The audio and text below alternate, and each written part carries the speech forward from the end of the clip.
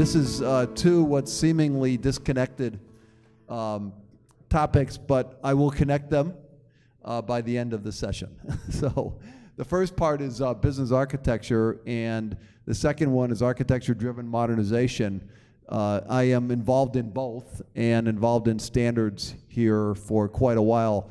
I am a co-chair of a task force for architecture-driven modernization. And there's a little story behind that I'll just quickly tell. About 10 years ago, I had been working on the modernization side and wanted to start driving modernization through the business perspective. And what ended up happening is I wandered blindly over to the domain side of the OMG, not knowing what to expect.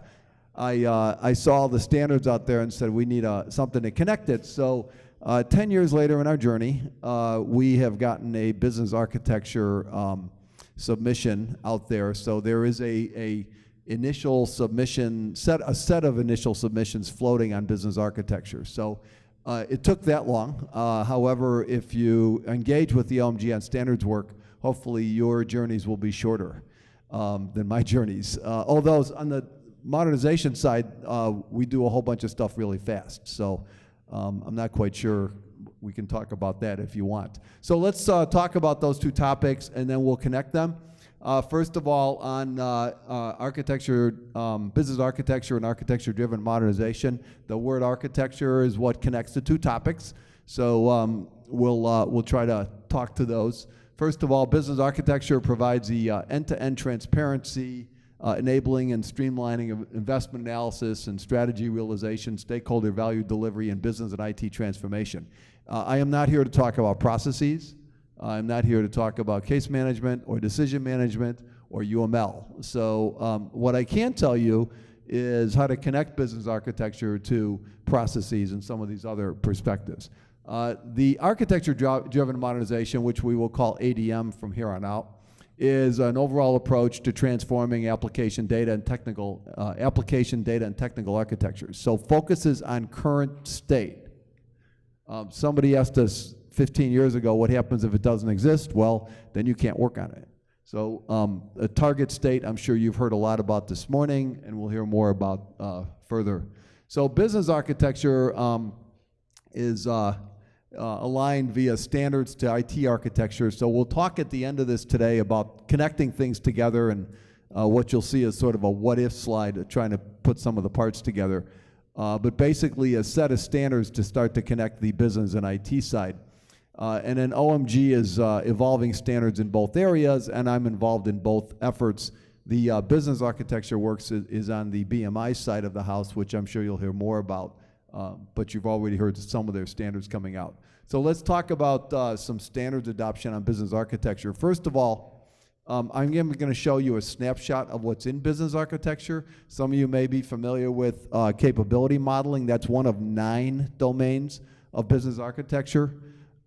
It shouldn't be your only business domain you're working with if you're working with business architecture, because if you only have capabilities, you're going to be like the carpenter who only has a hammer. Everything's going to look like a nail. So what you need to do is make sure you have a full domain set. We will show you a picture using a snapshot of the overall approach to modeling business architecture in a few slides, just to give you an overview of that.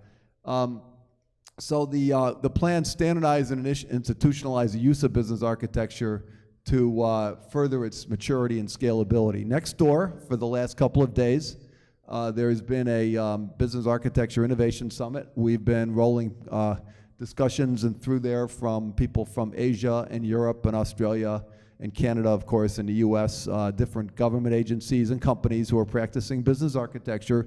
It is a widespread discipline. And so the last session that I just left was Suncor was presenting its work on business architecture. So it is a widely used, widely spread discipline, and generally well adopted in terms of approaches and those types of things. So the idea here we're trying to get to standardization is getting the tools to catch up, getting the all the different parts of the organization to get aligned, and then to be able to connect to the IT parts, which are still using sort of misrepresentations of the business, which haven't quite caught up. And if I can give you examples of that if you want them. So we want some clear integration touch points. We talked about tool expansion and scaling, scalability. At some point, you got to stop using Excel for doing your business architecture work. Aligning standards and best practices. So we can talk about the connection. I didn't bring any of the snapshots connecting it to BPMN and CMN and DMN or any of those other pieces, BMM.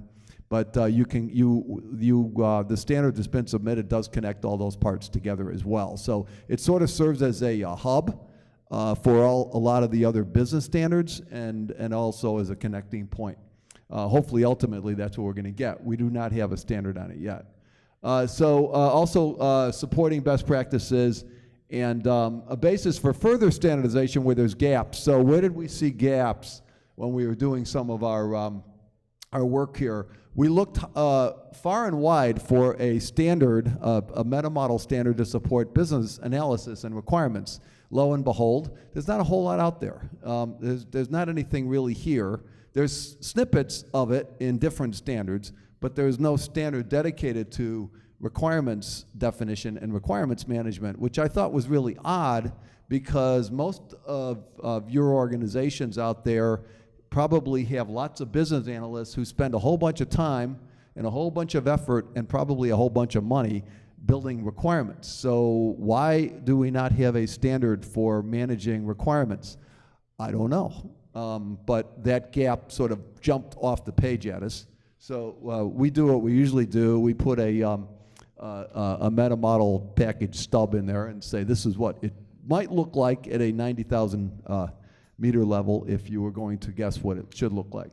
So we did find some gaps, tying in business models, not a real good METAMODEL base for that, some business design, customer experience. These are all topics for discussion, but in terms of integrating business practices together, we saw a whole bunch of gaps out there that we think we need to fill. So the last bullet there just highlights things we stumbled across where there were gaps and felt that we really need to have something to follow up. So with that, let me jump into the current, and I'm just going to give you one view of one submission. I'm not representing all the submission views, but I wanted to give you some snapshots. So I just want to caveat it here.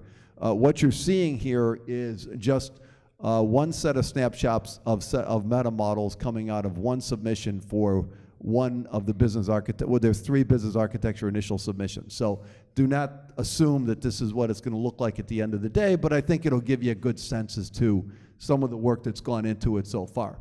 There's certainly a lot of work out there. There's a number of tools that are already mature to represent business architecture in a number of the ways we're gonna show. Various tools have adopted a basic approach. That approach is defined here if you're interested. It is from the Business Architecture Guild, which is an international not-for-profit association, member-based association that has put out a body of knowledge. The body of knowledge is called the BizBoc Guide, or a guide to the business architecture body of knowledge. So that is where a lot of these conceptual perspectives come from. So what we've seen out there is that there's gaps in tools, there's misrepresentation of tools, there is lack of practice support, tool interoperability is missing, and in a worst case scenario, people buy tools and then build their business architecture practice around the tool as opposed to building it around the standard set of practices. That's a worst case. So this is just a framework. If you're interested, you can go to businessarchitectureguild.org. You can download some of their stuff. You don't have to be a member to get some of their free views. This is just a framework, but I just want to highlight the key domains that are up there. In the core is capability, value stream, information, organization. That's the centerpiece of business architecture. The extended domains then are product, the things you offer to customers, like real customers, the people who pay you money, constituents, those folks, not internal people, but real customers. Strategy, what we want to do. policy. We call this knowledge base, by the way. Initiatives, programs, projects, things you spend money on, and stakeholders, real key, and something that also gets mapped out. And then we would have metric representations. Various scenarios would drive the views you get out of there. So let's just assume you need all of that information about your business at some point or another in various views of transparency in order to do anything from mergers and acquisitions to driving forward a way to improve your customer experience around managing your loans, or do any one of 1,000 different other types of business scenarios. The idea is you have all that stored in there, okay? So if you can get to a formal approach for representing these things, you then have a baseline for doing your business architecture work, and you don't have to try to, again, hack your way through doing it manually or using spreadsheets or combinations of other kinds of tools. So what you want to do is get to a mature tool that represents these types of concepts in easily accessible, easily consumable ways for different stakeholders, ranging everywhere from strategy at the strategic planners at the one end, product management, customer experience folks, business analysts, all the way down, business designers, various types of architects, all the way down to solution providers and program management. So that's what we're seeking. We want to support reinforcement of the best practices, increase demand and availability for tools, remove the gray areas encountered when interpreting best practices, and then expedite rapid adoption of principle-based approaches. By the way, this last bullet here, reference models. There are reference models available for different types of business architecture. The Business Architecture Guild makes those as available as free downloads for members, or there's a slight price for them for non-members. But the reference models cover a number of industries. They are maturing at different levels. Most recently, there's been a government reference model team started. There's a workshop here tomorrow, by the way. I told everybody I was going to mention this before I came in, but there is a workshop tomorrow. I know you guys are coming to this tomorrow, but just to let you know. But there is a government reference model for business architecture evolving. In order to stick those reference models into something that's usable, it would be good to have tools based on some sort of standards. So here's a snapshot. You'll recognize some of the things I have here from that picture I showed previously. This is just a snapshot out of the BizBoc guide. What we're showing here are some basic connections, but these basic connections are the things you need to practice business architecture at a fairly basic level if you're going to store and represent all of these things. Now, you may be thinking, well, this is just one view of business architecture. There's certainly other views out there. Well, certainly there are other views, but I just came from next door where they were doing a presentation on a couple hours ago. There was a presentation about how Open Group is aligning TOGAF to this perspective on business architecture. So there was a session in there from a representative from a working group from Open Group. 9.2 of TOGAF is now representing the beginning of that with the incorporation of capability and value stream. Work is now progressing on a number of these different options. They didn't share the formal roadmap, but suffices to say that there is a work stream at the Open Group that is slowly but surely realigning TOGAF to this perspective of business architecture. So that is just a sort of quick side note for you there. Okay. I'm not going to get into all the details here, but you can see a couple of basic things like if you have a product or services that you're offering to your customers or constituents, then you should have a strategy that drives it, and you should have capabilities that enable it, right? And that's a fairly formal representation.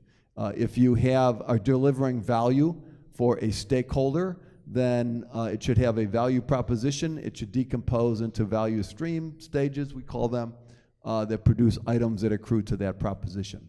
And of course, none of this works if you don't have enabling capabilities that enable the value stream and are using and modifying information and are modified under investments called initiatives for different business units, driven by policy, which is also influenced by objectives, which roll back up to strategy. So that's how the pieces fit together. That snapshot represents basically a very deep body of practice that's currently out there.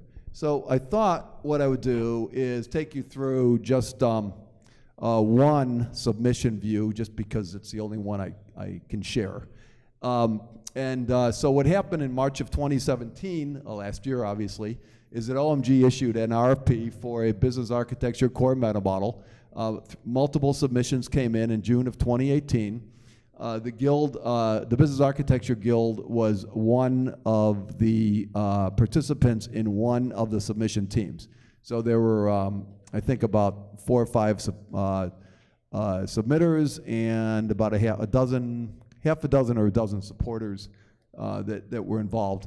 We're targeting 2019 for some sort of reconciliation, although these things can take time. And the Guild submission had multiple packages. So I'm going to show you a quick snapshot of some of those packages and how they sort of view business architecture in more detail.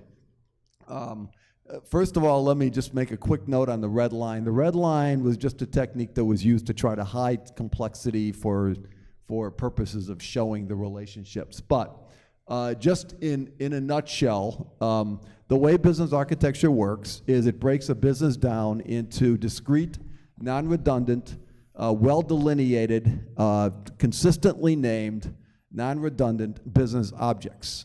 It then takes that set of business objects and defines what's being done against those objects. So a relatively large global manufacturing and retail company with that's on every continent, and they're actually based out of Asia, and they're in largely the telecommunications field, had ballpark 70 to 80 business objects when we broke the business down into a set. And that was represented then through a set of capabilities that decompose from level 1, 2, 3, 4, and so forth. So that's how we do business architecture. That's how we represent a business. And you can see this effects package then. Oops, sorry. This effects package up here are all the actions that can act against an object. And over here you can see that there's a capability, and there will be effects which drive outcomes of those capabilities, because those are the actions performed, the result of the actions performed on the object. So that's how those fit together. So I'm not going to go through detail on all these unless anybody has specific questions. But this is how you define a capability as defined by best practices as represented in this particular submission. There's some other pieces. There's the value package. You can see how capabilities enable value delivery and the connection between the stakeholder and the end state recipient of the value, which we call customer or consumer segment. Okay, and so that's how we represent value. And somebody might say, well, how does the recipient, how do you use that kind of concept? And let me just give you a quick example of value delivery by proxy for somebody. The healthcare reference models have the concept of obtaining care for particular situations. So that includes emergency situations. If somebody's laying unconscious out on a sidewalk, and a good Sam comes by and picks up the phone and calls the emergency, and they come out to pick up that person and take care of them, the recipient of the value is the person laying there. That's a customer segment.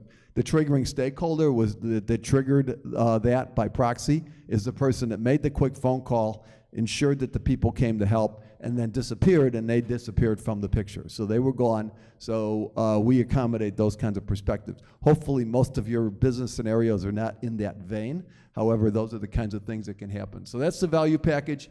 This is the product package. This is how you define products and services. One quick note on this, which I always think was interesting, is almost all products have entitlements, and a whole bunch of products are mostly entitlements. If you're in government, you offer services, right? Those services are essentially entitlements.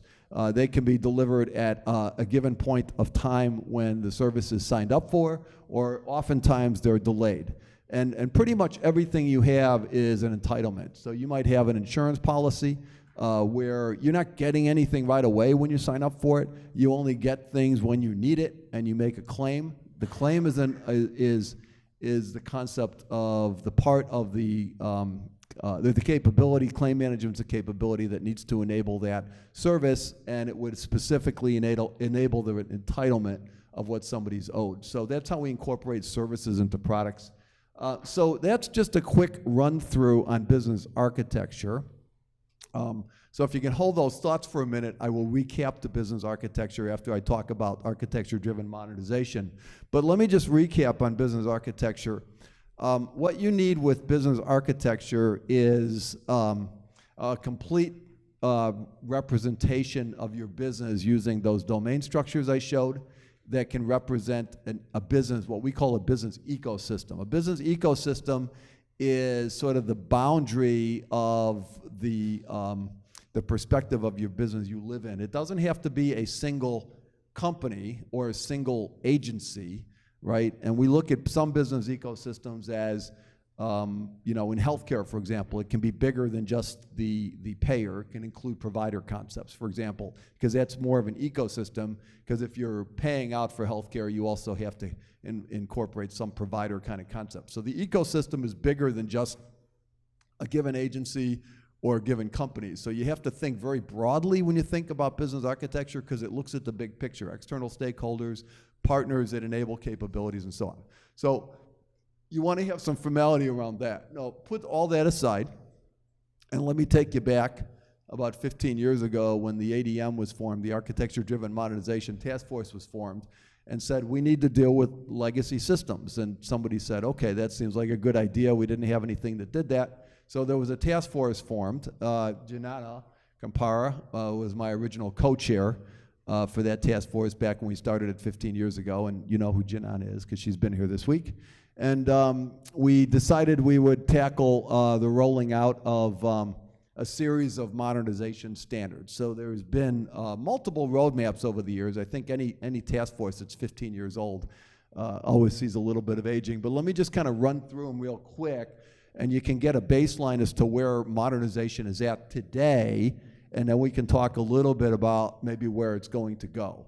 So the current baseline of standards that were put out there was initially the knowledge discovery METAMODEL. I'm guessing you probably heard that term before today, but you'll certainly hear it some more, I think, over the rest of the next couple days here. That's what captures and exposes a wide variety of existing system perspectives. So if I have a system, it doesn't matter the language or platform, I can represent it in the KDM. If I want more granular representations for purposes of pattern recognition and transformation, I can go to the ASTM or the abstract syntax tree METAMODEL.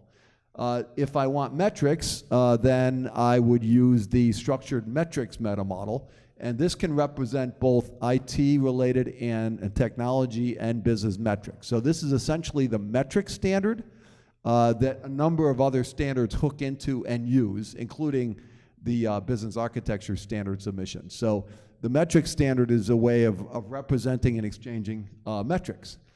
There is another standard that goes along with that, which is called the Structured Patterns METAMODEL standard, or the SPMS.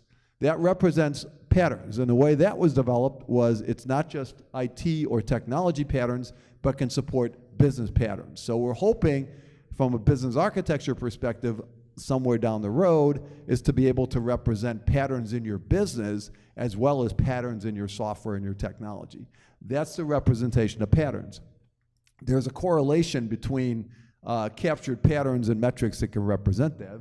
So now I've got a captured view of a system, pattern analysis that represents what I do well or what I don't do well and what I'm not happy about, metrics to roll that up, right? And I also need to be able to quantify or identify those metrics.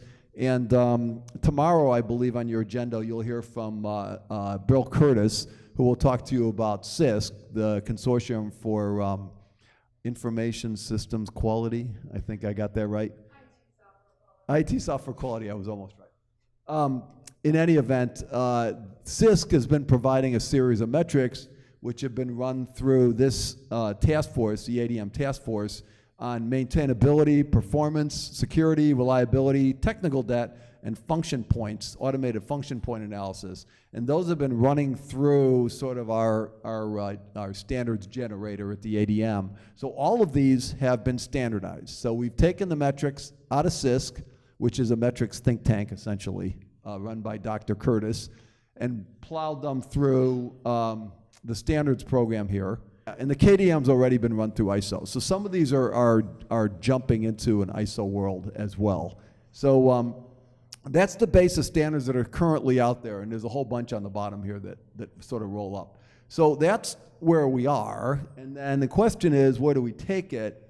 Well, the where do we take it messaging is, it would be great if I could connect my perspective of my business to my perspective of my system, so I can then do analysis of how my systems environment needs to change. Now, I showed the KDM perspective here on the right, not because we necessarily would be connecting directly to the KDM because of its level of granularity that it has, but just as a perspective that if I have a formal representation of my business on the left using a business architecture standard, I could then have, and I had a formal representation of my system on the right, I could at least make some inferences as to if I change a capability here, I know that the system changes here, or if I need to make system-related changes over here, I need to make changes over here.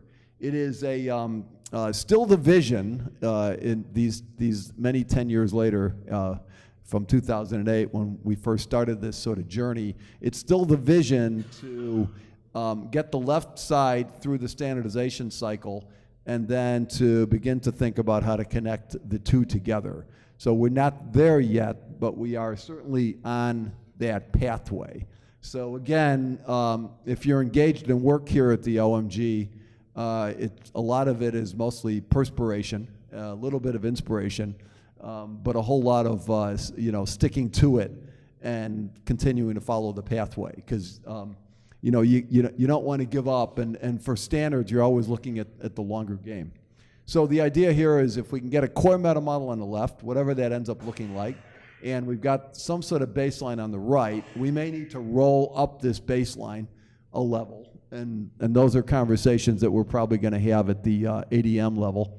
But then we can start to connect those together and starting to think more directionally about the evolution of additional metrics and patterns on the business side, and then also connecting the business and IT alignment side by connecting some interrelationships together. If we can get this in place, now we've got tools that talk to both sides of the house. Today we have technology tools that are largely representative of the technical side, but have tried to represent the business side, albeit not very effectively in many, many cases. And then we've got business tools that can represent the business side and do some connection to the technology side, which may or may not be standardized. So if we have a standardized approach where we have different tools either capturing or representing both sides of the equation, business and IT side, and we have standard-based interoperability among those tools, we can start doing some very exciting things with business-driven IT transformation, which is where we're trying to go and what businesses are now practicing or beginning to practice on a much more significant scale, as opposed to trying to make all your investments technology-wise. The big messaging with business architecture is try to get your business people to stop saying what we really need to do is to make these changes to that system, and try to get them to start talking about specific, framed, manageable business objectives in a rational way that we can apply through the business architecture and then drive that through the technology changes. Okay?